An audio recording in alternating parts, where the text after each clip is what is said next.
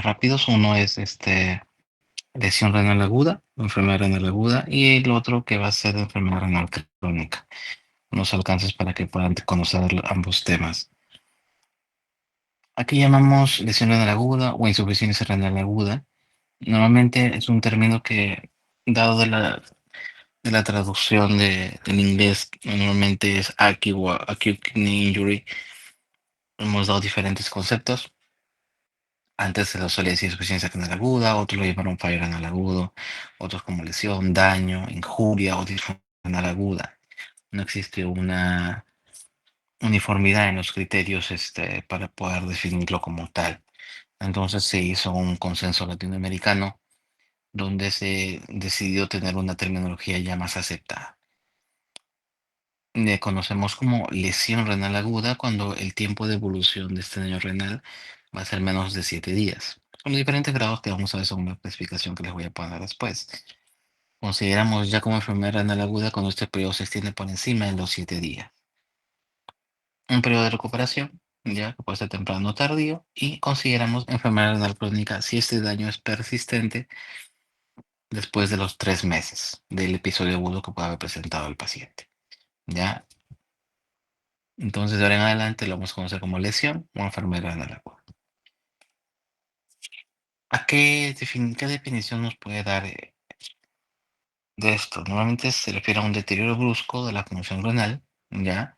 Que va a generar una alteración en la eliminación de sustancias de desecho y una incapacidad para mantener el estado hidroelectrolítico y ácido base. ¿Ya? El principal marcador analítico que vamos a tener es la creatinina. Por más que es un marcador antiguo, ya es claramente al alcance de todos los países, es barato, es fácil de interpretar. Entonces, por más que sea antiguo o tengamos mejores, en realidad es el más práctico para nosotros. El principal dato clínico, aunque no es constante, es la diuresis. Algunos pacientes con este evento agudo pueden presentar alteración como ligonuria o anuria, u otros solo simplemente la elevación de creatinina y nada más. Ya es importante destacar que no es un proceso fijo y estable y puede manifestarse de forma muy variable. Normalmente siempre diagnosticado, ya no, no existe una falta de consenso en criterios diagnósticos. Normalmente solo se diagnostica en pacientes en los que se busca. Uno puede estar hospitalizado por diferente motivo, por diferentes, por uso de antibióticos, contrastes, porque esa gente puede presentar elevación de creatinina y nunca se supo, o no lo interpretaron como algo que debería manejarse. Entonces no diagnosticamos más que todo, o lo más frecuente es que lo diagnostiquemos en áreas críticas, ¿no? Donde tienen un mayor control de esto, ¿no? Durante el tiempo han habido diferentes criterios diagnósticos de esto. Antes usaba Hyper-Rifler o Vinalaquin. Y la que actualmente usamos nosotros del 2012 es la clasificación de CADIGO. CADIGO utiliza dos parámetros, como dijimos, la creatinina y el flujo urinario, ¿ya? Y nos da tres estadios, ¿no? Cuando hablamos del estadio 1, nos hará un aumento de 0.3 miligramos en los primeros 2 días, o 1.5, 1 veces sobre el basal en los primeros 7 días. Ya, un estadio 2, cuando el aumento de la creatinina es en 2 veces a 2.9 veces el basal en los primeros 7 días.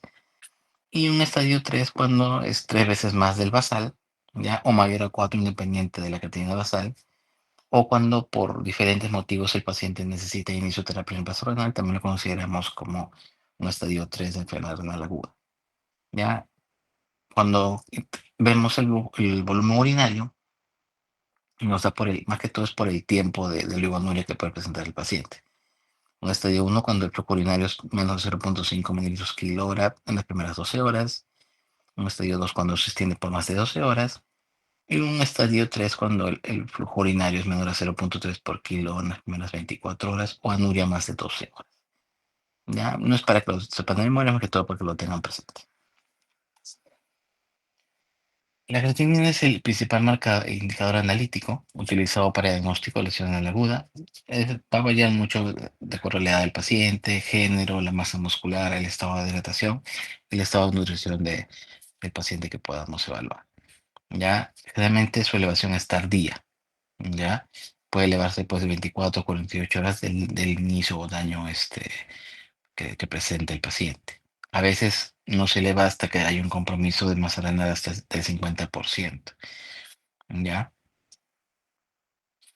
Por lo que a veces un niño con una lesión renal aguda severa puede todavía esta elevación de creatinina demorar, ¿ya? O está ligeramente elevada nada más, o si está con sobrecarga de volumen, la creatinina puede estar diluida y no notarse, pues que a veces el diagnóstico es no solo por parte de la creatinina, sino depende mucho del balance y los intereses del paciente, ¿ya?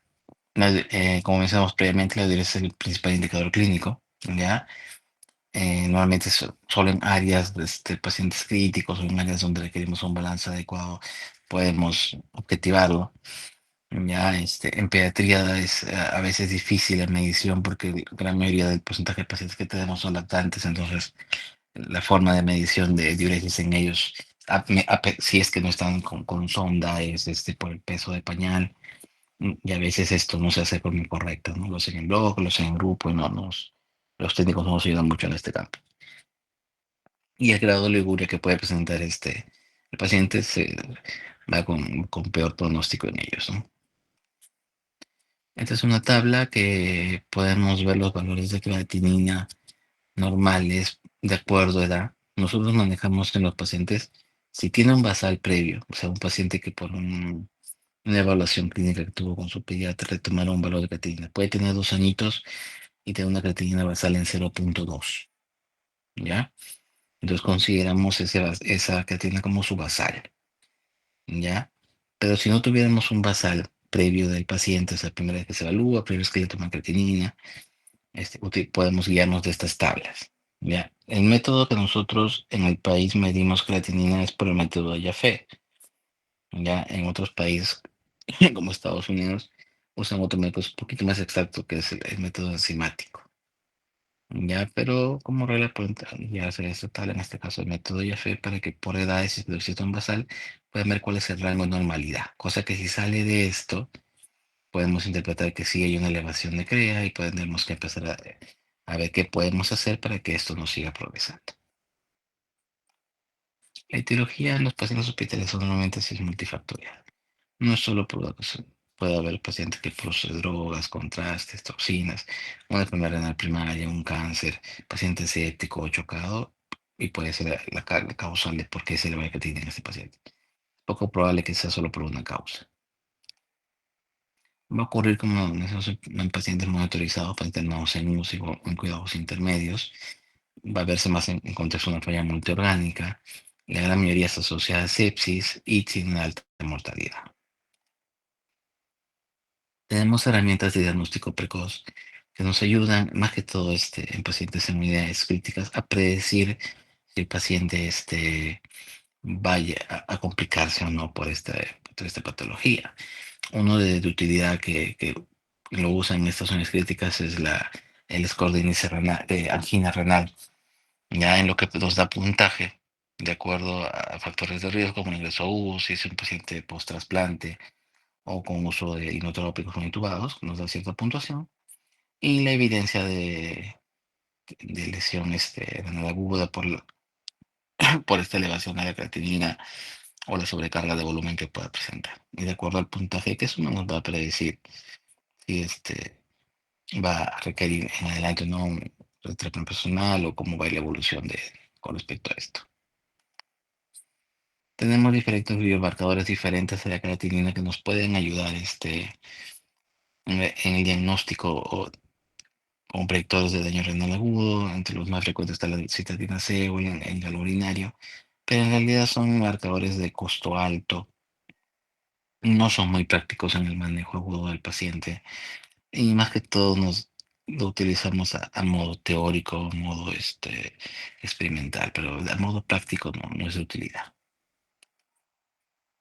Entre las causas más frecuentes, clásicas que conocemos, o son por causas prerrenales, ya en la que el principal problema es el volumen, renal establecida o posrenal.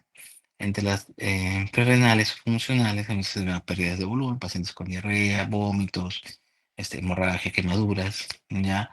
o vasodilatación periférica, ¿no? Vasoconstricción por agentes, por agentes como los AINES o IECAS, ¿no? En este caso. Tenemos las renales establecidas, donde ya hay un daño renal en casos de enfermedades tubulares, en isquemia prolongada, por toxinas, pacientes con amiloidosis o lisis tumoral, en pacientes con enfermedades intersticiales o secundarias a uso de medicamentos o enfermedades como lupus o sarcoidosis, en problemas vasculares, con vasculitis, en trombosis, o en las mismas renalopatías primarias que pueden producir daño renal intrínseco. Y las porrenales que se refieren a obstrucciones generalmente, ¿no? En pacientes neonatos, lo que nacen como la pelota posterior, en pacientes formadores de cálculos, cuando tienen cálculos obstructivos, por tumores que ocasionan obstrucción de vía urinaria, o por pacientes con retención urinaria secundaria, es una lesión neurogénica, también se puede dar esta causa obstructiva. ¿Cómo podemos diferenciar si la lesión renal aguda es renal o renal? Nos podemos guiar de cocientes o índices urinarios o fracciones excretadas. ¿Ya? Entre la más conocida está el FENA, ¿ya? Que es la fracción excretada de sodio. ¿Ya? La respuesta normal sería si es que solo es un problema prerrenal que va a mejorar con volumen, en realidad nos va a salir normal. El valor normal es menor a 1, en otros menor a 3. Y cuando ya es un valor mayor a 2, consideramos que es una renal establecida. El problema es que se va a prolongar, no solo mejorar con volumen, y requerimos otras estrategias para poder prevenir la progresión de este daño. ¿Ya? Normalmente cuando nos llega al hospital estos pacientes, la gran mayoría ya fue manejado con diuréticos. Ya los diuréticos en realidad son natriuréticos. Entonces, tras el uso de diuréticos, el FENA ya no es real, digamos, ¿no? Por el momento ya por el uso de furosemida y de hidrocloro ya estamos eliminando sodio, entonces estos valores no van a salir ya alterados de por sí, nos van a permitir hacer la diferencia entre renal establecida y prerrenal. Entonces ahí entra acá esta que se llama la fracción Z de urea, ¿ya? Nos ayuda para diferenciar una lesión renal prerrenal o renal establecida y nos afecta por el uso de diuréticos. Entonces, si les preguntan un caso clínico, ¿cuál es la fracción excretada que nos ayuda a diferenciar entre renal y prerrenal? En un paciente con supradiuréticos, la fracción de urea en este caso, ¿no? O si les dan valores para que lo puedan interpretar. El valor normal teórico es que sea menor a 35% para considerar que es un manejo normal de urea en el riñoncito. Cuando excede esto, ¿ya? Y como valor corto nos dan 50%, sabemos que está alterado y lo consideramos como renal establecida. Ya para que lo tengan presente en las preguntas que puedan generarse. ¿Cómo evaluamos los pacientes? Como todo paciente crítico, pues, vemos el hemograma, el bioquímico para poder ver la urea, creatinina, electrolitos, gasometría por acidosis. El examen completo de orina nos puede ayudar para ver viendo la densidad urinaria, el pH, el cálculo de fracciones que se van a diferenciar. Pacientes que podemos sospechar que tienen sobrecarga una placa de tórax para ver también cómo está el corazón.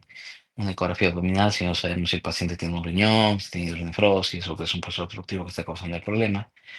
O si ya tenemos una sospecha clínica de causal, puede que tenga dolores articulares previos, o podemos ver un rash o lesiones en piel. Ya podemos pedir otros marcadores inmunológicos como ANA, ANCA, o pensar, según la clínica viene con fiebre, puede ser un dengue, ¿no? O compromiso hepático también empieza una leptospirosis, entonces ya podemos pedir otra analítica por ahí.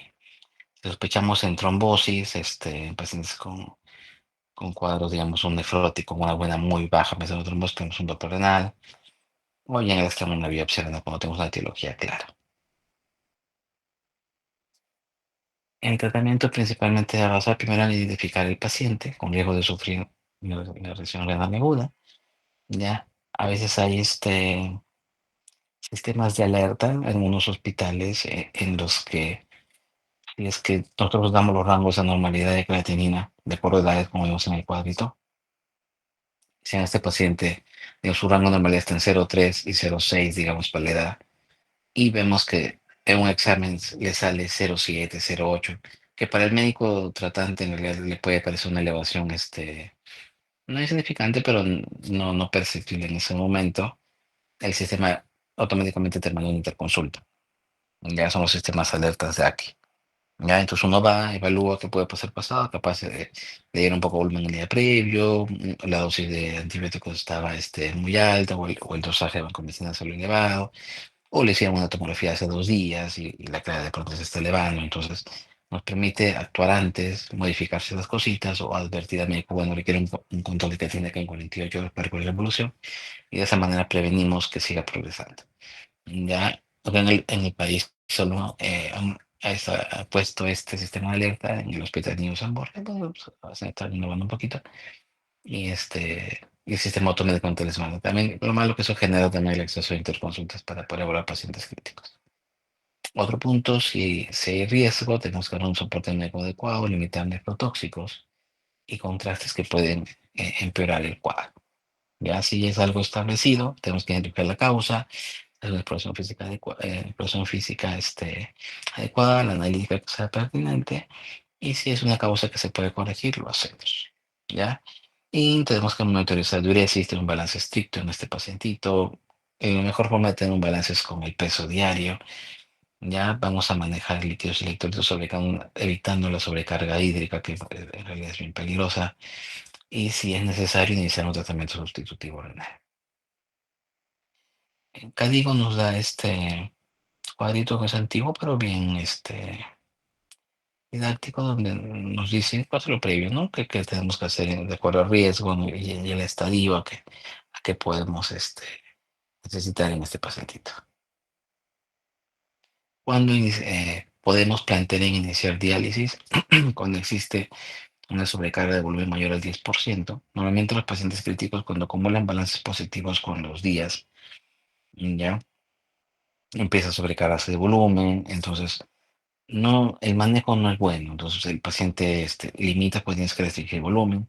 Los parámetros ventilatorios los tienes más elevados, ya. Entonces el paciente poco a poco se va complicando. Ahora el paciente que está con sobrecarga de volumen, la creatinina se diluye. Entonces la elevación de esta no va a ser muy alta, ya. Entonces el paciente, si ya vemos que está con un balance positivo acumulado más del 10%, por más que la creatina no esté muy alta, aún tenga criterios de diálisis como tal como hipercalemia o así metabólica refractaria.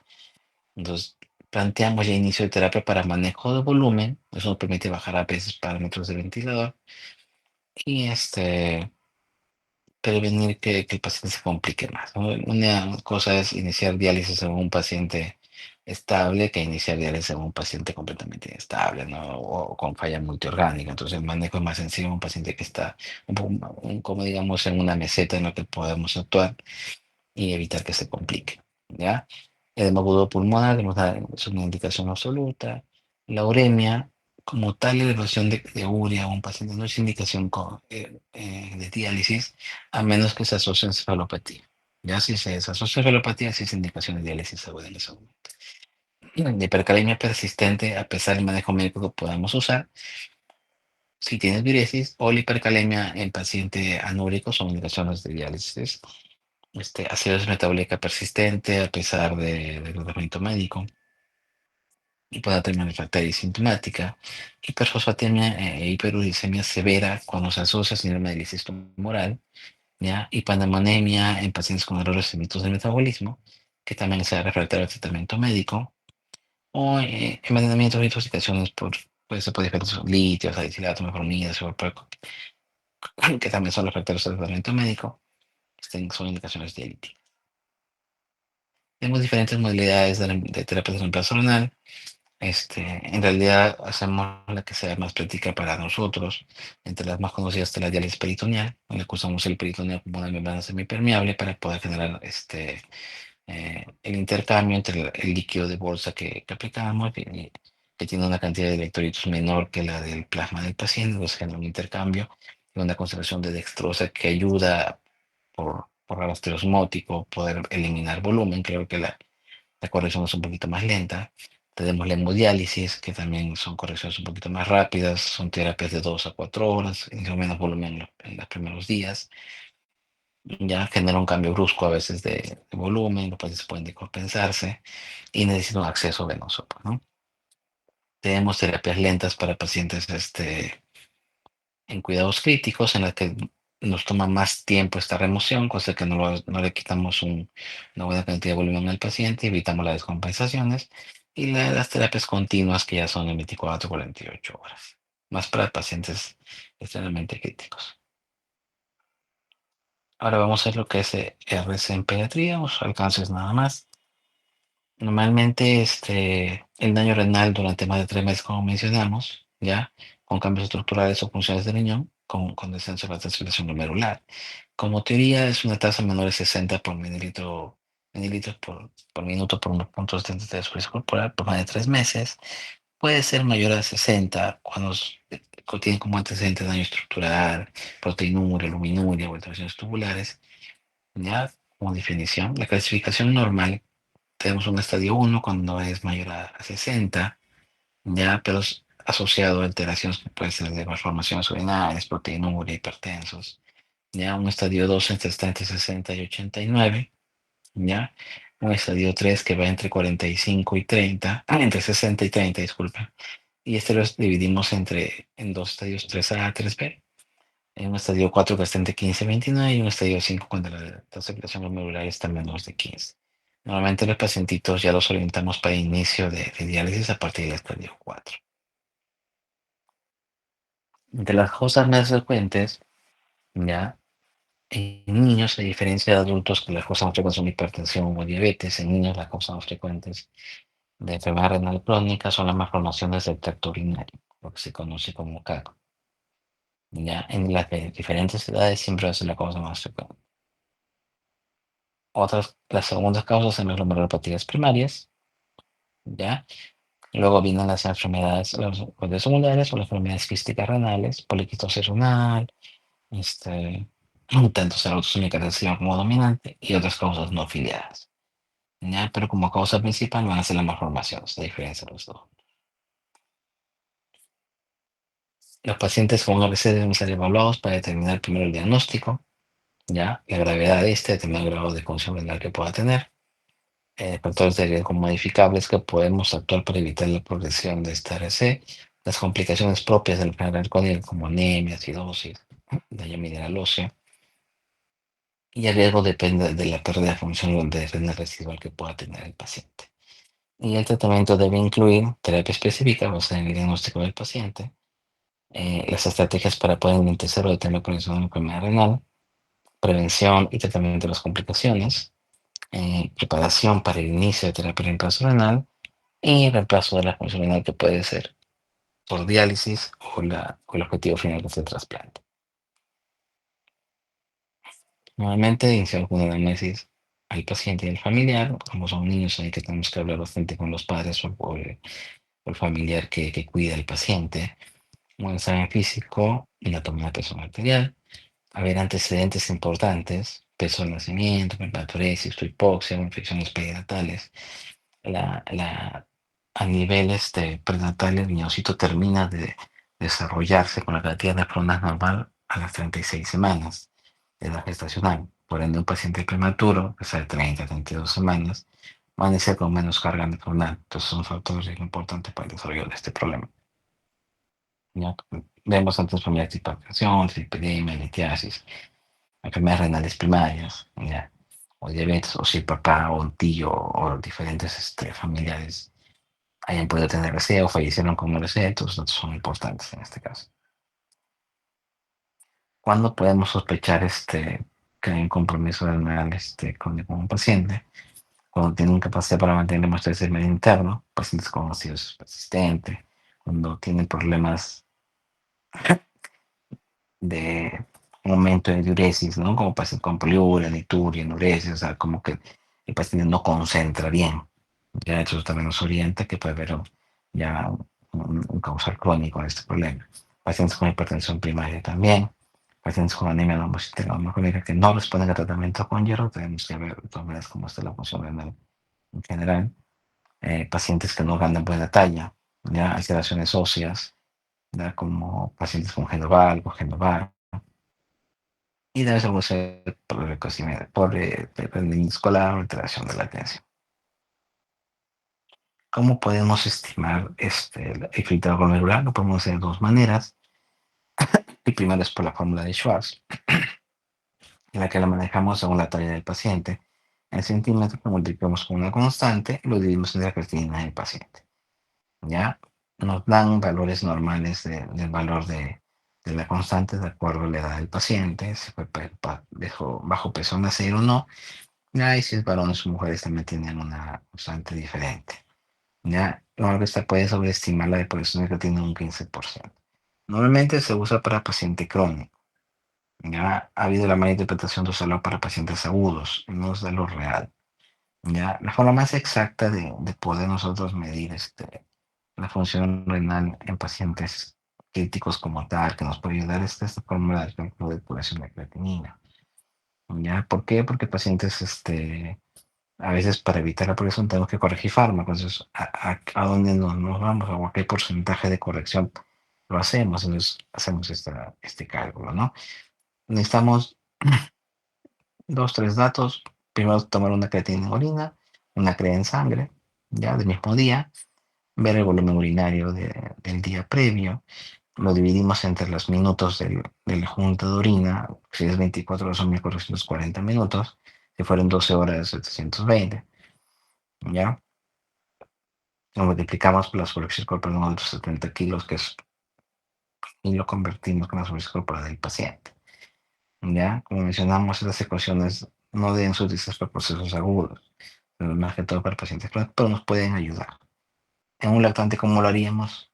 Podemos tomar en la mañana, digamos, del lunes, una crea en orina, en orina al azar, como una creatinina en sangre, ¿ya? Podemos ver cuál fue el balance de acuerdo al peso de pañuelitos, lo más aproximado posible de todo el día previo. Lo vemos en mililitros, dividimos entre los minutos de la junta, y nos puede dar una idea de una tasa de filtración glomerular en este paciente. Puede ser, digamos, le sale 50% o 30% o 40%. Entonces, este, hacemos la corrección de los fármacos o de todo lo que pueda recibir el paciente para esa depuración exacta, ¿no?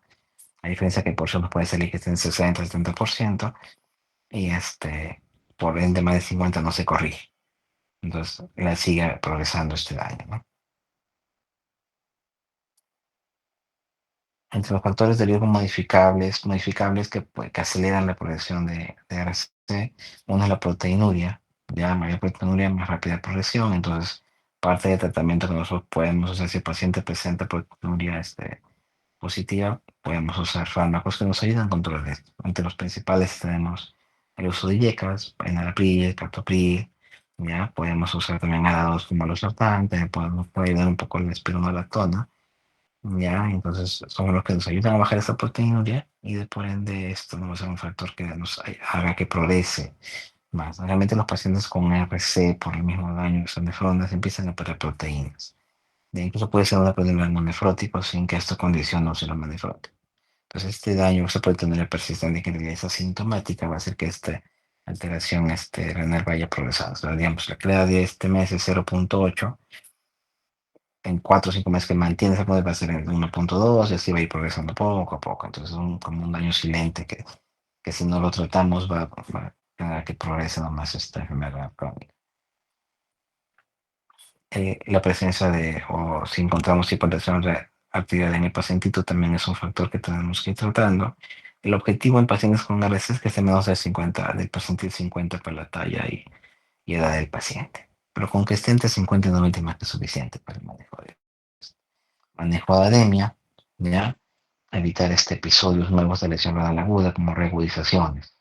Era un paciente que, digamos, está con RC estadio 3, pero vino porque empezó a vomitar, tuvo diarrea, se reagudiza, su creatinina que está en 0,8 se dispara a 2, 3 o 4. Entonces no sabemos cuánto de estas nefronas que todavía estaban ahí funcionando haya podido disminuir, ¿no? Su carga. Entonces no sabemos en qué estadio probablemente quede el pacientito. Ya evitamos pérdida de masa nefronal, ¿ya? Y también quitamos factores como la dislipidemia o hiporuricemia, que también van a provocar en realidad un daño endotelial y eso va a empeorar también la esclerosis en los pacientitos. Entre las principales complicaciones tenemos las alteraciones electrolíticas, sea hipercalemia, sea hiponatremia o hipernatremia, de acuerdo con el paciente, o la sociedad metabólica, que es lo más frecuente que podemos ver. En estos pacientitos, ya como no va a haber el rioncito va a dejar de funcionar, entonces eh, la carga, una hormona que nos ayuda para poder manejar sobre la eritropoyetina, entonces deja de fabricar esto. Ya, entonces estos pacientitos empiezan a hacer anemia crónica. Y entonces nosotros tenemos que aportarles, le damos eritropoyetina exógena para que pueda mantener y también el apoyo con hierro, ¿no? Trastornos nutricionales, generalmente los pacientes con RC suelen tener como un estado de anorexia o de oxígeno, los alimentos no lo sienten bien, a veces como síntomas de la propiedad vomitan, entonces no se alimentan bien como tal, como un estado catabólico persistente, ¿ya?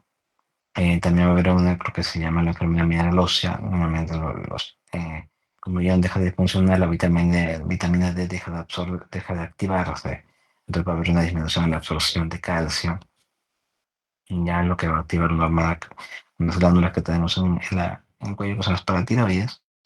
Entonces, como va a haber sensar menos calcio, va a empezar a producirse más paratiroides. Esto lo que va a generar es sacar hueso de sacar calcio del huesito para compensar esto. Entonces, poco a poco va a generar más elevación de esta paratormona y mayor compromiso óseo, entonces van a empezar las deformidades óseas que se dan.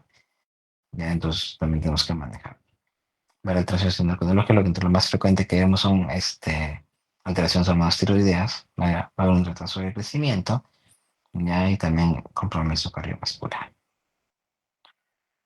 Cuando empezamos a planificar el inicio de terapia transrenal en estadio 4, ya hablamos con la familia, con el paciente, que el manejo con los pacientes pediátricos es más con la familia en realidad.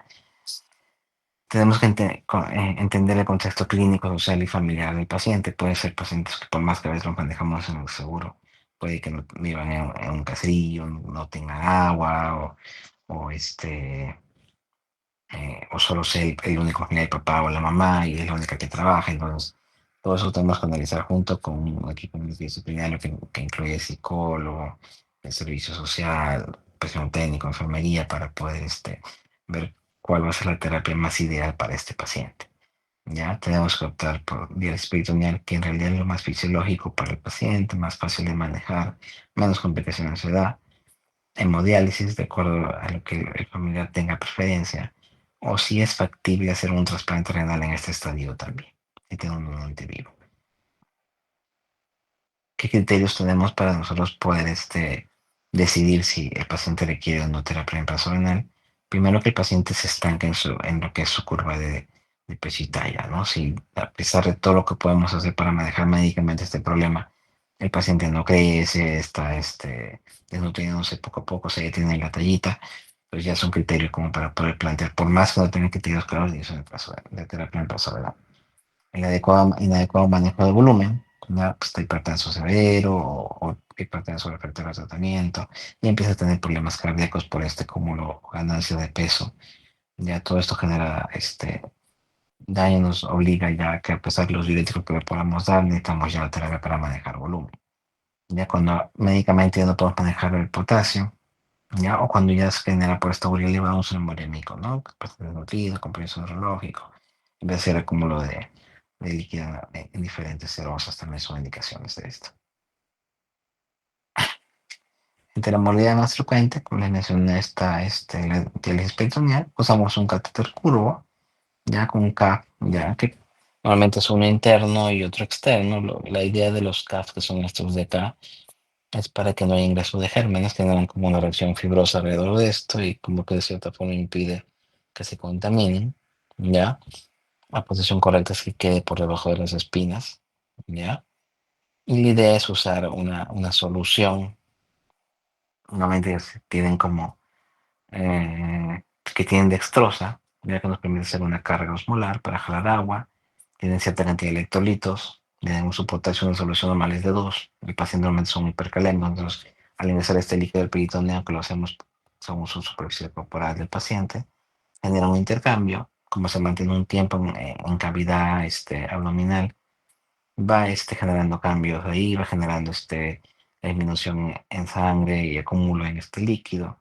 Pasa un cierto periodo de tiempo, drenamos el líquido y repetimos, volvemos a infundir y así está el paciente. 24 horas, o sea, el paciente está dializando 24 horas con este líquido en el abdomen, ¿no? Lo único malo que tiene que haber alguien que le haga el proceso, pues, ¿no?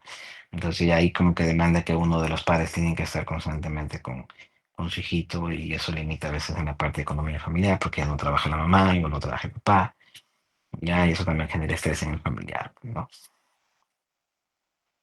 La otra modalidad tenemos lo que es la hemodiálisis, en la que usamos un acceso venoso, puede ser por uso de catéter, ya que vemos acá también que tiene un CAF, el catéter para evitar la contaminación, o también puede ser por una fístula arteriovenosa. La fístula arteriovenosa lo que hace en realidad es conectar una arteria a una vena superficial para que ésta crezca y podamos ahí colocar las agujas de diálisis, ¿no? Pero a veces en los pacientes pediátricos por cosas, ya por mano quirúrgica, en realidad el cirujano que no tiene mucha experiencia en lo que es cirugía microvascular no podemos, no pega o no se puede realizar, ¿no? Más algo, un problema más técnico.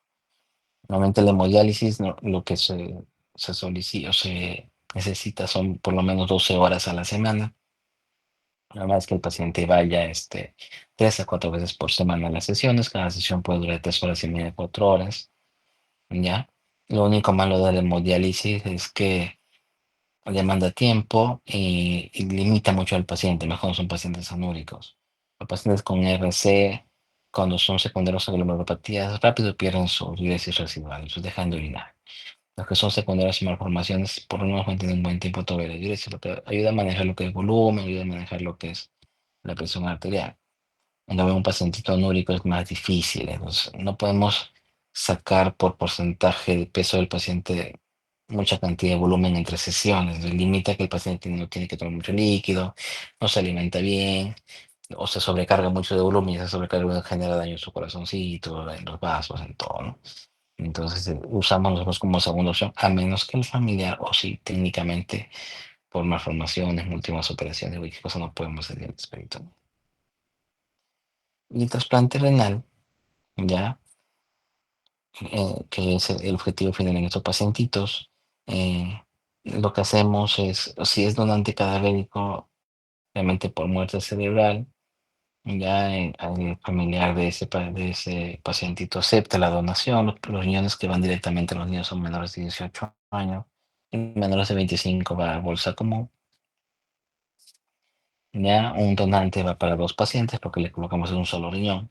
Nada más lo colocamos en fosa ilíaca derecha, extraperitoneal. Ya lo conectamos a bajos ilíacos.